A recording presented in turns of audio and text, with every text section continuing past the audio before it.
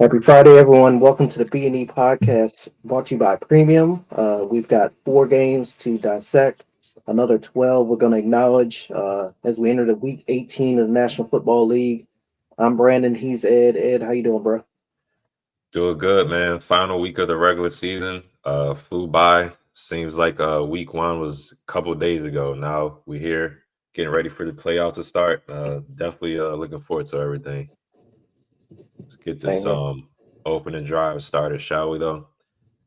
The Browns are expected to start Bailey Zappi at quarterback on Saturday against the Ravens. Patrick Mahomes was not selected to the Pro Bowl for the first time in his career. Colts quarterback Anthony Richardson will not play in Sunday's finale against the Jaguars because of a back injury. Looks like Will Levis and Mason Rudolph are expected to play Sunday versus the Texans. Former Titans head coach Mike Vrabel interviewed for the Jets head coaching vacancy early this week. Tua Tagovailoa is unlikely to play versus the Jets. Tyler Huntley is preparing to start. The Jets also completed an interview with ESPN analyst Louis Riddick for GM. I tell you, boy, the Jets are a very, very strange, weird organization because usually, in my experience in these ways, from watching the NFL, teams will go after a GM first and then try to get a head coach.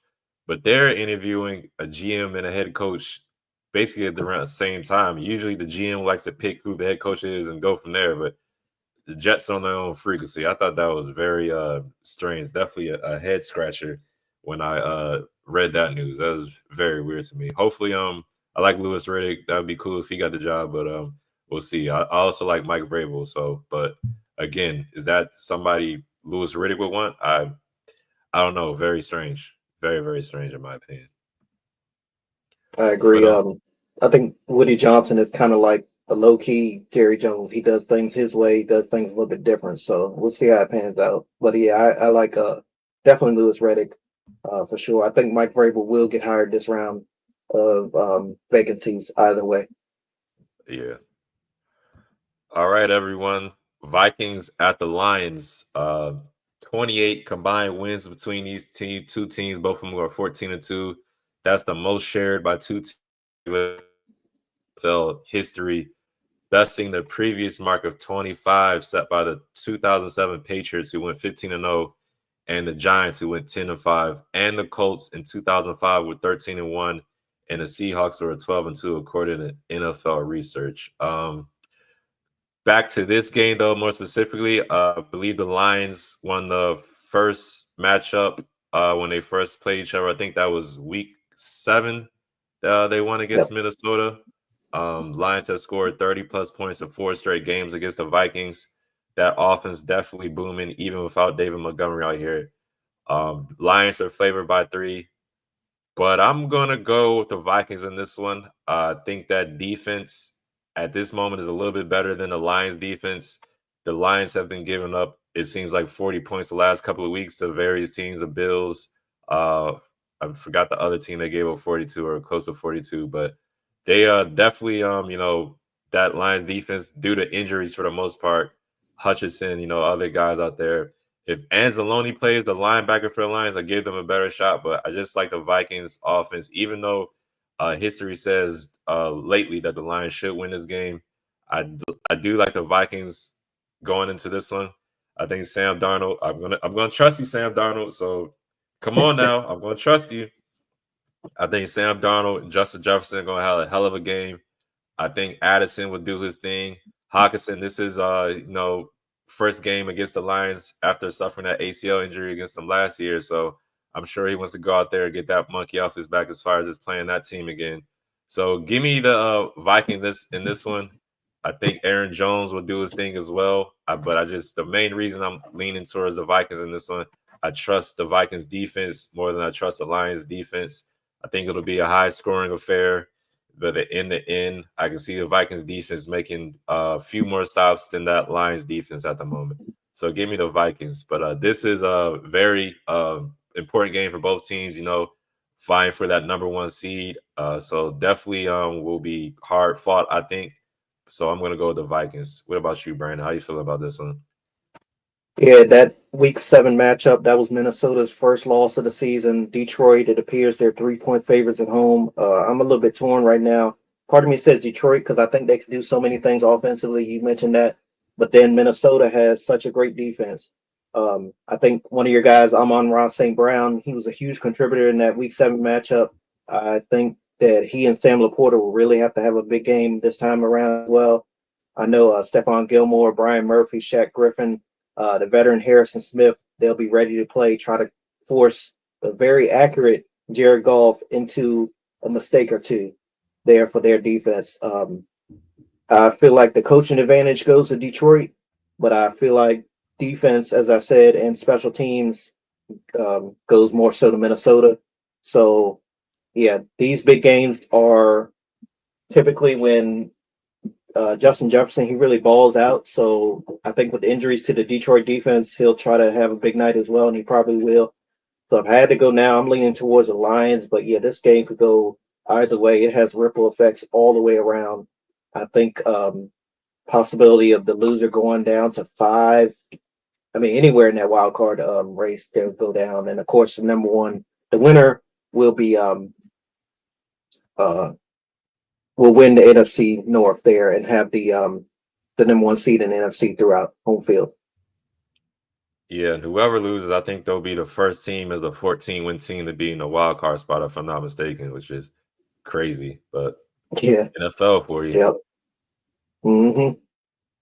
All right, everyone. Round 2 of Seattle versus the Rams. The first matchup in Week 9. Los Angeles took the W in overtime.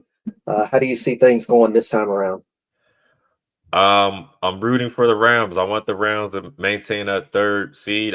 Saying that only because the Commanders, if we take care of business against the Cowboys, we get the 6th seed. I'm pretty sure it'll be a 3-6 matchup, if I'm not mistaken. I like our chances a little bit more against the Rams than, let's say, if we had to play the Eagles, if we are the 7th seed and the Eagles are the 2 seed. Don't get me wrong. Now, I like our chances against the Eagles, but at the same time, I like our chances to get the Rams a little better.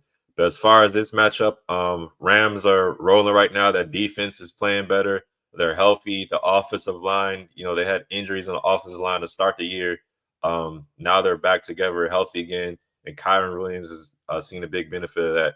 Cooper Kupp has been quiet lately. The last few games, he hasn't done too much. It's mostly been the Puka Nacua show and a little bit of Titans as well. I wouldn't be surprised if we see Cooper Kupp to start seeing him going a little bit more. So I like the Rams in this one. But you never know. I mean, Seahawks are out of the playoffs. They're eliminated. So those guys are just going to go out there and play free. But Rams are going to win. They're in the playoffs either way. They clinched their division. So, I mean, it should be a good game just from that standpoint. Also, I think Matt Stafford is only like a few yards away from having over 60,000 passing yards for his career. So, I think Garoppolo might be playing, but I wouldn't be surprised if they, just let Stafford out there for a series or two, see if he can get that 60,000 yard mark. But overall, I'm gonna still go with the Rams just because I want them to maintain that 3 seed. I don't know if they lose, if they would drop or anything, but just to be safe, if they win, they should be in complete control of that 3 seed. So give me the Rams in this one. How about you, Brandon? Yeah, so the Rams, they really balled out the last time these two teams met. They finished with 9 sacks. They forced Geno Smith into 3 interceptions. They're winners of 5 straight. As you mentioned, they clinched the NFC West. From what I understand, Sean McVay said not very many starters are going to play, but I still give the edge to LA in this one. Geno has 15 interceptions this season, and I think those backups there for Los Angeles, they'll want to add to that total. They'll want to secure their 3 seed there in the NFC West and the NFC standings there. I do though feel like Seattle can put some points on the board. They've been putting up a lot lately. Hasn't necessarily accounted in win total, but they've been putting up points. So yeah, Seattle though as well. They've only lost 1 road game, but I'm gonna give the edge to Los Angeles in this one there in the NFC West matchup Sunday afternoon. Gotcha. All right, everyone, before we move forward, this episode is brought to you by Premium, a CBD health and wellness company. Check out their line of CBD-infused products, which are a perfect after-workout refill for athletes, a pain reliever for weekend warriors, and even a natural sports drink for us armchair quarterbacks. excuse me, their featured product is CBD infused honey, which is a personal favorite of mine, as well as tinctures and mint and natural flavors. They are veteran and women minority owned. So come get some of this sweet temptation and taste the premium difference. Use code B&E for 15% off your order. Their website is www.premium.com. Again, that's www.premium.com. Now back to our show. Symbol for my Ravens on Saturday afternoon win, and they are the AFC North champions. Browns and Ravens at the bank Saturday afternoon, 4:30 p.m. Eastern Time kickoff. Man, these roots run deep. 1995 when the Browns moved to Baltimore, to Jamal Lewis rushing against them in 2003, 295 rushing yards on a day. C.J. Mosley, he intercepted Baker Mayfield to capture the AFC North crown in Week 17, 2018. That was Lamar Jackson's rookie year. To the game when Lamar Jackson emerged from the locker room in 2020 to beat them 47-42. I think we was at home that game. To just recently, Jameis Winston, he carved apart the Ravens defense October 27th. I remember all these moments, man. It's always a physical matchup against them. I think this is probably the third physical rivalry in the AFC North. I think number one is Ravens Steelers, number two is Steelers Browns, and number three is Browns Ravens. I know it seems like we dominated them, but yeah, they got the last laugh a couple weeks ago. So they're coming in pretty banged up. Shutdown corner Denzel Ward, he's out. David Njoku, he's out. Jerome Ford is out. And Jameis Winston, he's having some shoulder soreness from what I understand. He's out. He's been benched anyway, but he's either out or unlikely to play. But they still have one of the hottest wide receivers in the league over the past 8 weeks or so, Jerry Jeudy, plus the man, the myth, the legend, Myles Garrett, man. This guy is just a freak of nature for real. They could possibly ruin our hopes of another AFC North title.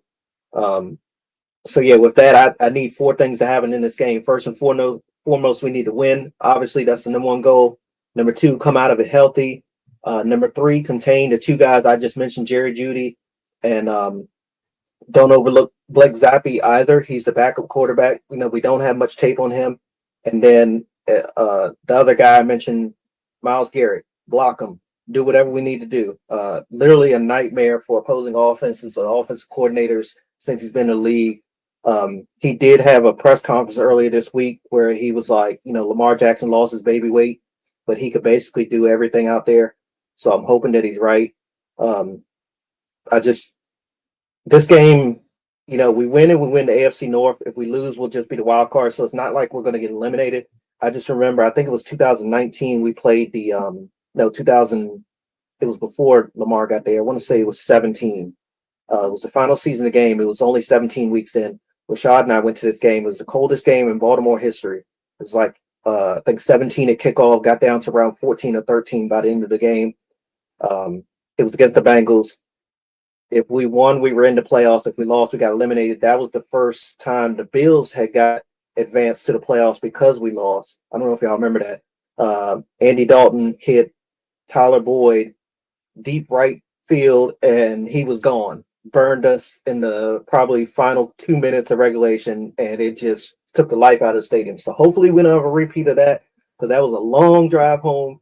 I'm not going to the game, but still, little bit of pressure on us to win this one again so we can win the AFC North. It's not as much pressure because Pittsburgh and Cincinnati play after us.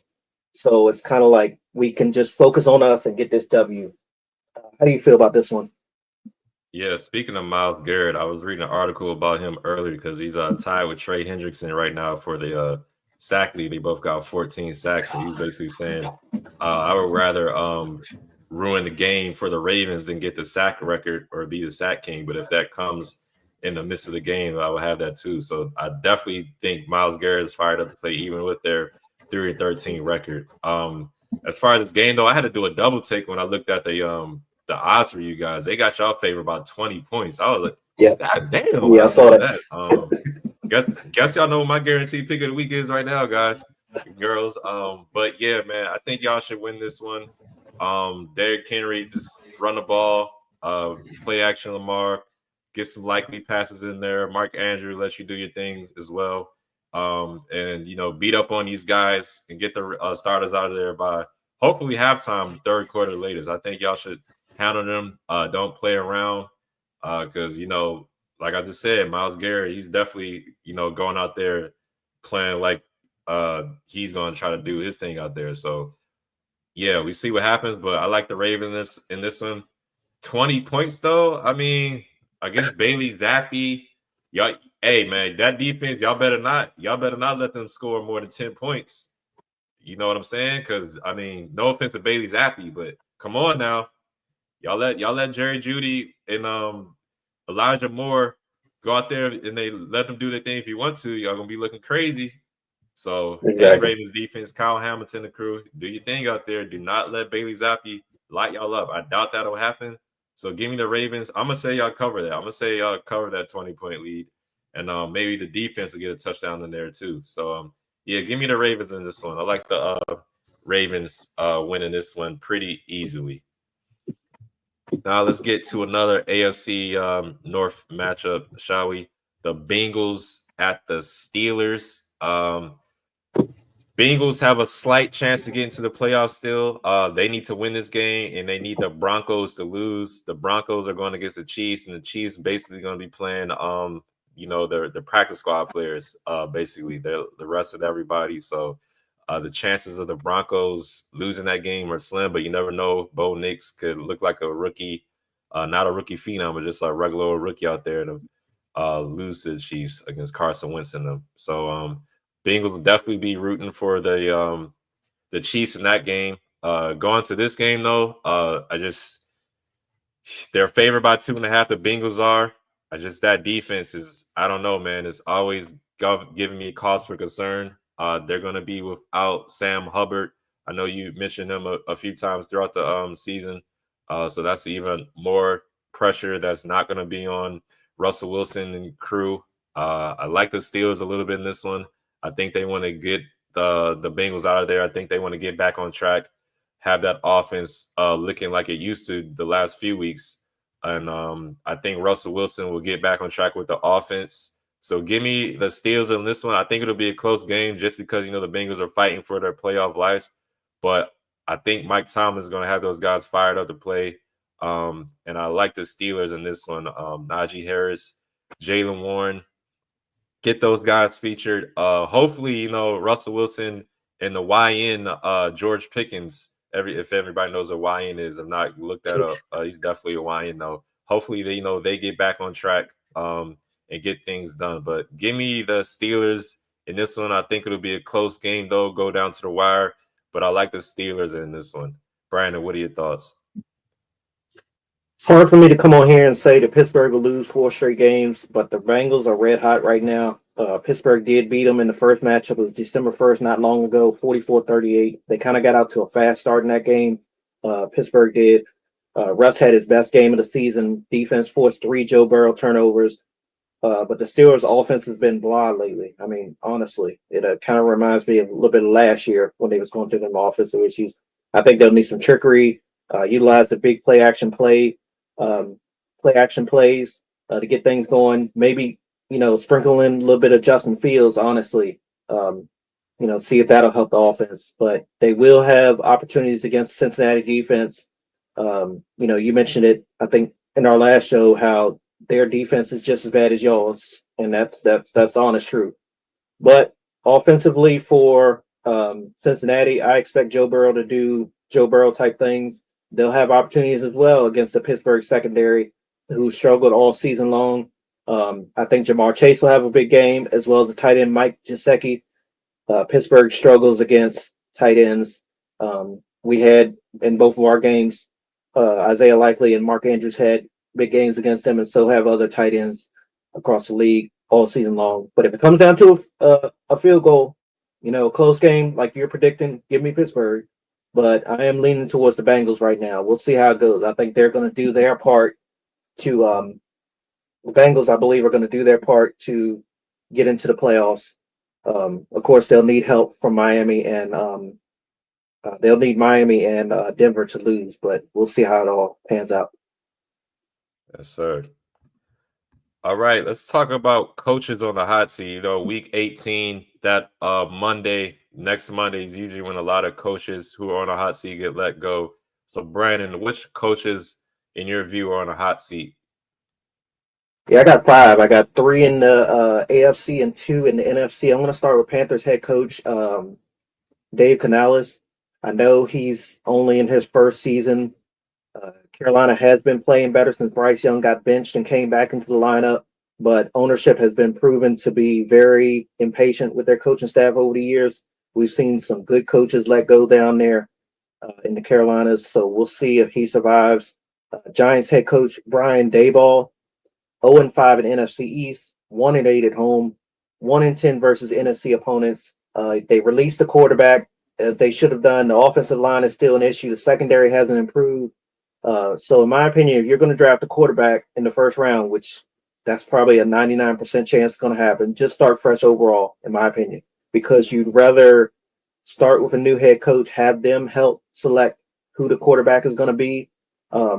If for some way they can fall back into one or two in the draft slot, and then as opposed to keeping Dayball, they have another bad season next year, which is likely because unless they can just have a marvelous draft, they're probably going to be just as bad next year, and then have to fire him then, and then have a new turnover for your quarterback heading into year two. That's never good. You want to keep that offensive continuity for them young quarterbacks heading in from year one into year two. I say that all the time.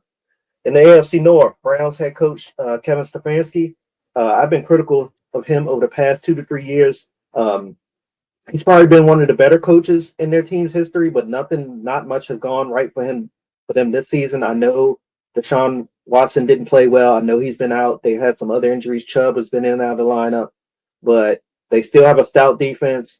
I talked about it, in our preview game a few moments ago, but the offense hasn't been up to par, honestly. No matter who's under center, they tend to create turnovers. It could be Jameis Winston, DTR, or Deshaun Watson. But it's always beneficial to my Ravens that they suck. So hopefully, he stays put and they continue to suck next year. Titans head coach Brian Callahan. As someone that doesn't like the Titans, it's been a pleasure to see them lose so many games over the past 3 seasons. I told y'all they've been frauds since we've had this podcast, honestly. They entered this season with three of the better wide receivers in the league. You just can't take that away from them. They had D-Hop, Calvin Ridley, Tyler Boyd. Of course, D-Hop got traded. It's resulted in one of the worst offenses in the National Football League. Defensively, they've been good. They've been, steady. They actually was better than I thought they were. Tony Pollard back to the offense. He's been solid during the back half of the season. I think he's probably in top 10 in rushing, if I'm not mistaken. But when you're 25th in points scored and 30th in points surrendered, I think change is needed, honestly. And lastly, the man who I thought should have been let go across the pond, Doug Peterson. I know everyone. About 2 years ago, one of my favorite words on here was Duval, right? Duval. But they just haven't been right since about week 13 of last season. They only won one game on the road this season. Damn near ranked near the bottom in just about every category: points scored, passing offense, rushing offense, defensive points allowed. Brian Thomas Jr. has been one of the bright points for them this season. He could, if we didn't have these electric quarterbacks, these electric rookie quarterbacks, including Ed's quarterback, not lighting up the league right now, he probably could be a top candidate for offensive rookie of the year. But, I think he'll continue to grow. But, besides them winning across the pond, that's pretty much the only thing that's guaranteed for them.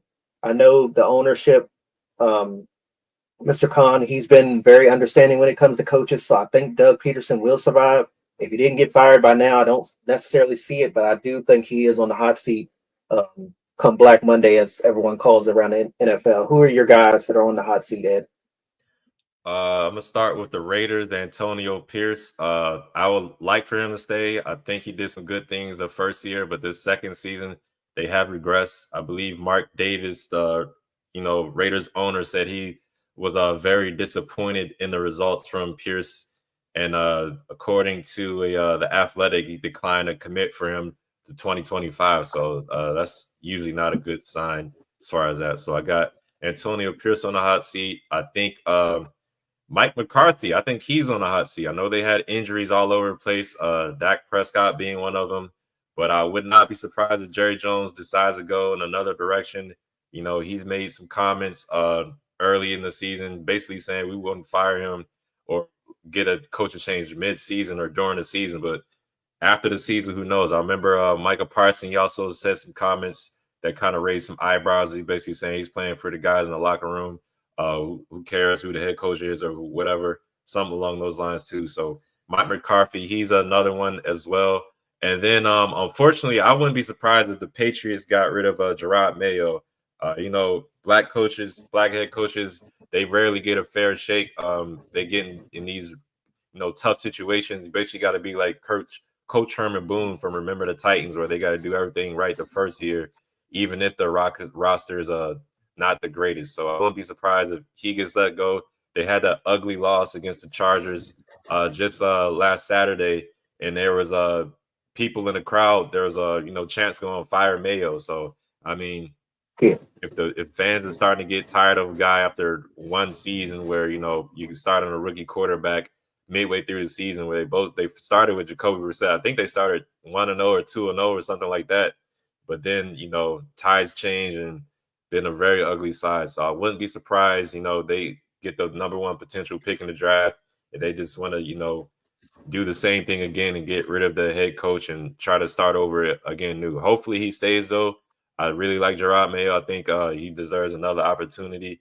I kind of like Brian Callahan, who I agree with you. He should be on the hot seat as well, but I think they're probably going to keep him. But I wouldn't be surprised.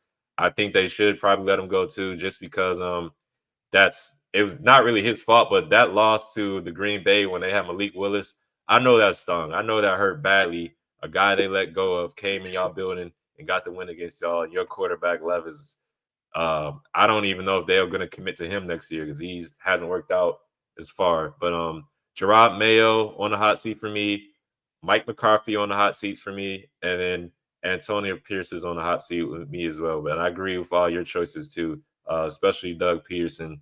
We'll see if they'll let him get enough opportunities. I know they've been banged up a lot this year as well. Here's the thing about the Titans real quick, man. There was a point in this season where they literally scored 10 points, and I think 2 games in a row, if not 3. And then I think more recently they had another game where they scored 10 points. Like, that's when I think of the number 10, I think of the Tennessee Titans. Now, with New England, they just need some wide receivers, honestly. I mean, they need a lot more than that. But you look back to when Brady left, part of the reason why Brady left is because he said that he didn't have, a good amount of targets around him, some known receivers. Man, we couldn't even name the guys he was throwing to. Then you bring in a guy like Cam Newton, so they loaded up on the tight ends and the running backs. And then, what's his name? The quarterback they had before Drake May. I can't think of his name. Yeah, Mac Jones. They didn't give him anyone either. So if you don't give these guys talent, you know what I'm saying? And it's not to say that these quarterbacks are not talented enough to help the guys around them, but if you don't give them talent, they're not going to succeed. Honestly, in my opinion, I think that's part of the situation there. But hopefully Robert Kraft, is patient with him because I think he is a very fine coach. Gerard Mayo, he's a very quiet guy. You don't see him much on the sideline saying much. There's some stuff I saw on Facebook or something that was like his face is always the same, kind of like Aaron Rodgers. He always keep that same face expression, but and Eli Manning too. So we'll see how it goes. Hopefully these teams that are struggling make the right decisions and they for the best for their franchises. Yeah. All right, everyone, let's transition to the players and games. On the remaining calendar for week 18, we've got Carolina at Atlanta, Commanders at the Cowboys, Bears at Packers, Texans at Titans, Jaguars at Colts, Buffalo at New England, Giants at Eagles, Saints at Bucks in the late window, Chiefs at Broncos, Chargers at Raiders, Dolphins at Jets, and 49ers at Cardinals. Which of these games are you looking to keep your eye on Sunday afternoon. Definitely gotta watch my Commanders against the damn Cowboys. I just hope everybody comes out of the game unscathed. It would be great if we can beat the Cowboys, stomp the hell out of them, but you never know. So I'll keep an eye on that one. Look at Carolina, Atlanta, playoff implications, Saints and Bucks as well. See which one of those teams in the NFC South will win between the Bucks and Atlanta, and who will be in the playoffs between those two. Those are the main games I'm looking at. I'll take a look at the Bears and Packers just to see how Caleb looks in his last game. And also the Dolphins and Jets and Chiefs Broncos game. Keeping a close eye on that. All the games basically with playoff implications I'm going to be watching. And yeah, that's it for me. What about you, man? We got that Dolphins Jets in the late window. It could possibly be Aaron Rodgers' last game, so I'm not sure if he's playing or not. I've heard different things this week, so if he does, I look forward to seeing that. Denver, as we all know, winning their in situation, so I'll be watching that. Chiefs Broncos, of course, you mentioned it. Just about all the starters are going to be seated for the Chiefs. It'll be pretty much practice squad players, backup players, all that. Mike Evans, he only needs 85 yards to reach 1,000 yards again. So that'll be something to watch as well. As Saints and Bucks there in Tampa Bay, I'm sure they'll get it done, especially there at home.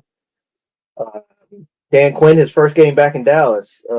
I think enough is not said about how the Cowboys miss him on defense. They've been horrendous on defense this year. The only time they've been good against sorry teams like the Giants there. So They were pretty good we'll against see. us.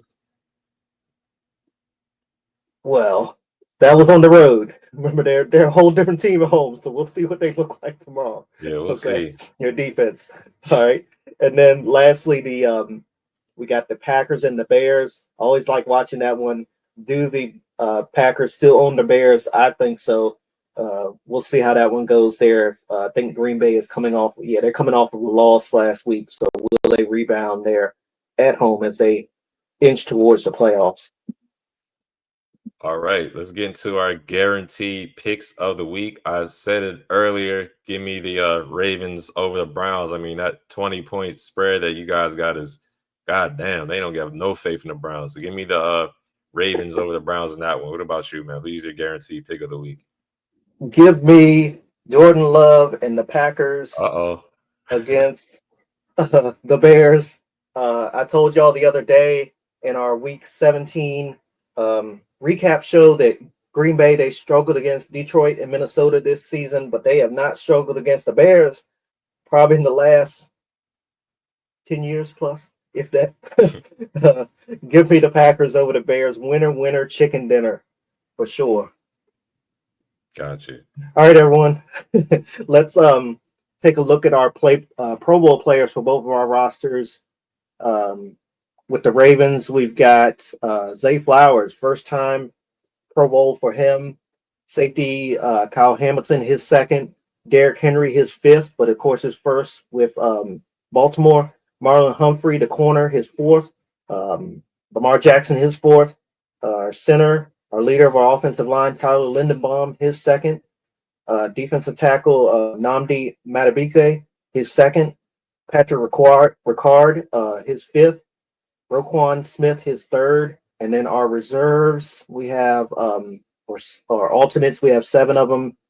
Kyle Van Noy, Ronnie Stanley, Mark Andrews, our long snapper, Nick Moore, Justin Tucker, our special teamer, Chris Board, and guard, Daniel Faalele.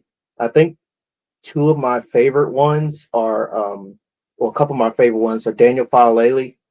He was struggling on the right side of the offensive line to start probably the first 4 games of the season. I was very critical of that right side of the offensive line, but I think part of the issue was they had Patrick McCarry over there playing right tackle next to him, and he's kind of undersized. He's not a right tackle as opposed to Faalele.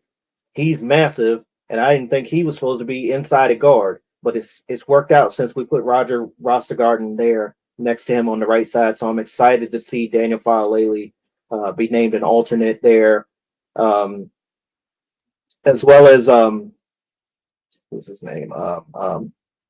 Patrick Ricard. We haven't utilized him much since we've got offensive coordinator. Of course, I'm can't remember our own offensive coordinator's name now. He's been there 2 years. since he's came to our team, we've kind of gotten away from using the fullback. So it's good that fans and the public sees him as a top player in the league and still selected him to the Pro Bowl. And then lastly, well, no, not lastly, Marlon Humphrey. I was critical of him early in the season as well, especially the game against the Raiders, man. And that fan caught him outside M&T Bank Stadium, and it's like Marlon got so confused. He was walking towards the left. I think his car was on the right, so he veered back towards the right, and then he went back to the left. Like that fan, I think, really got in his head because it was like, you're really focused on your podcast more than playing football. That's what it seemed like the first 2 weeks. Of course, he had the challenge of taking on Devontae Adams when he was there with the Raiders, and then the Chiefs. Patrick Mahomes, he could light any corner defensive secondary up anyway, no matter who he got. So he has had a complete turnaround since week 2, pretty much. Good for him. And then most importantly, man, Zay Flowers, his first time going to the Pro Bowl, he got over 1,000 yards this season. Something we don't see a lot out of our wide receivers, especially our homegrown wide receivers. And he is the first Ravens wide receiver in 29 years of our franchise's history to go to the Pro Bowl and was selected as a wide receiver. We did have Devin Duvernay a couple years ago get selected. He's technically a wide receiver, but he got selected as a returner. So that's very special to see Zay Flowers go to the Pro Bowl. Of course, I don't want to see any of them there for the Pro Bowl festivities because I want to get to New Orleans and the Super Bowl. But if they are, congratulations to all of our Pro Bowlers. How about you? Yeah, the Commanders stunk so much last year. We were one of 2 teams that didn't send any players to the damn Pro Bowl last year. But this year, things have changed. Jaden Daniels got his first Pro Bowl. Now I'm sure that'll be one of many. And we also got my guy Terry McLaurin, who's having his best year so far out of his career. He's going to his fourth. He's going to it. He's going to the Pro Bowl as well. Voted fourth in wide receiving for fans. We also had about 11 alternates going to the Pro Bowl. Bobby Wagner, long snapper Tyler Otts, special team Nick Ballore, lineman Tyler Biotish, linebacker Frankie Louvu, punter Tress Way, Austin Eckler will be going as a kick returner. Dante Fowler Jr. is going. Jeremy Reeves, Jeremy Chin, and Zach Ertz, all of the name is Pro Bowl alternates. So salute to the Commanders and all the Pro Bowl guys who got nominated to the Pro Bowl. Definitely really cool for them. And we'll get into a little later as we get closer to the Pro Bowl, but it won't be actual Pro Bowl game. It's going to be basically skill competitions, and it's going to end with a flag football game. But we'll talk about that a little bit more later down the line when it gets closer to that time. So, yeah, man. Salute to everybody who made the Pro Bowl. Definitely, I'm not even going to be sure how it's going to look now that I mentioned all that stuff that seems. I wonder how it's going to look viewership-wise and the fans are even going to tune in because, the last few years has been a debate about how to make the Pro Bowl more watchable, more fun for the fans because it definitely hasn't lived up to it used to be. Same with the NBA. These all-star events, Pro Bowl events just ain't the same as it used to be back in the day. So we'll see how that goes. But yeah, everyone, that's going to do it for another episode of the Breaking and Entering podcast, week 18 preview. Thank everybody who takes the time to watch the show. Look for us on YouTube, Breaking and Entering podcast, B&E Podcast. Comment, like, subscribe. Find us on Twitter or X as well, same as Instagram. Just look for Breaking and Entering podcast, B&E Podcast. You guys stay safe out there, and we'll see you next time. Peace.